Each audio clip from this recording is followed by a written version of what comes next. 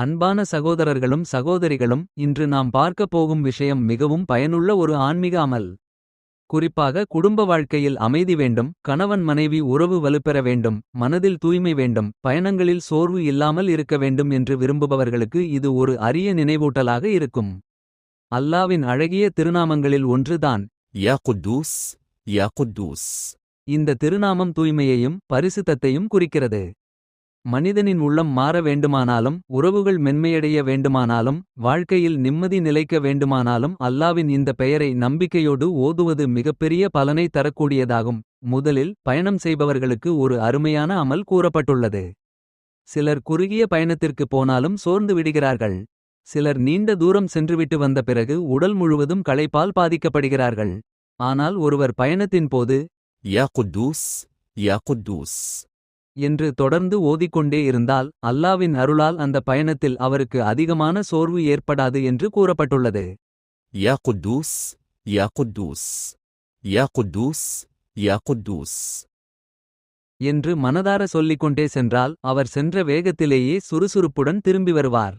உடல் சோர்வை விட உள்ளத்தின் அமைதியே பெரிய நிம்மதியை தருகிறது. அந்த அமைதியை அல்லாவின் திருநாமம் அளிக்கிறது.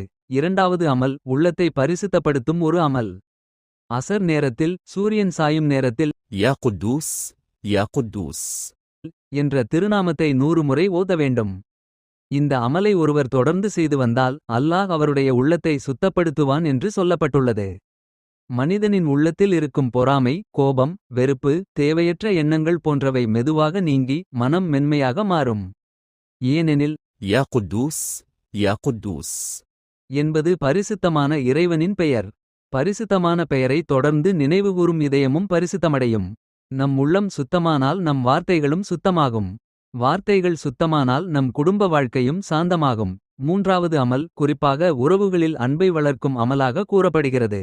யா குத்தூஸ், யா குத்தூஸ் என்ற இந்த திருநாமத்தை 319 முறை ஓதி ஒரு இனிப்பான பொருளில் ஊத வேண்டும்.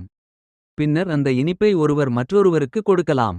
எதிரியாக இருந்தாலும், மனக்கசப்புடன் இருந்தாலும், அல்லாவின் கிருபையால் அவர் மனதில் மென்மை உருவாகும் என்று அறிஞர்கள் குறிப்பிட்டுள்ளனர். குறிப்பாக கணவன் மனைவி உறவில் தூரம் ஏற்பட்டிருந்தால், அன்பு குறைந்திருந்தால் இதையே 11 நாட்கள் தொடர்ந்து செய்யலாம். கணவன் மனைவிக்காகவும், மனைவி கணவனுக்காகவும் நல்ல எண்ணத்தோடு இந்த அமலை செய்யலாம். யா குத்தூஸ், யா குத்தூஸ் என்று 319 முறை ஓதி, இனிப்பில் ஊதி, அன்போடு கொடுக்க வேண்டும். இந்த அமலில் முக்கியமானது எண்ணத்தின் தூய்மை. ஒருவரை கட்டுப்படுத்த அல்ல, அன்பு வளர வேண்டும் என்ற நேர்மையான நோக்கத்தோடு செய்ய வேண்டும். அப்போது அல்லாஹ் இரு இதயங்களுக்கும் நடுவில் இருந்த இடைவெளியை அகற்றி அன்பை உருவாக்குவான். அன்பானவர்களே, எந்த அமலாக இருந்தாலும் அதில் நம்பிக்கையும் சுத்தமான நியத்தும் மிக முக்கியம். அல்லாவின் பெயர்களில் அற்புதமான ரகசியங்கள் இருக்கின்றன.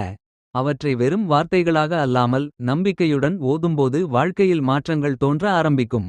இன்ஷா அல்லாஹ். இது போன்ற இனிமையான இஸ்லாமிய வஜியா தொடர்ந்து கேட்க எங்கள் சேனலை சப்ஸ்கிரைப் செய்யுங்கள். இந்த வஜியா உங்களுக்கு பயனுள்ளதாக இருந்தால் லைக் செய்து நன்மை பரவ பிறருடனும் பகிருங்கள்.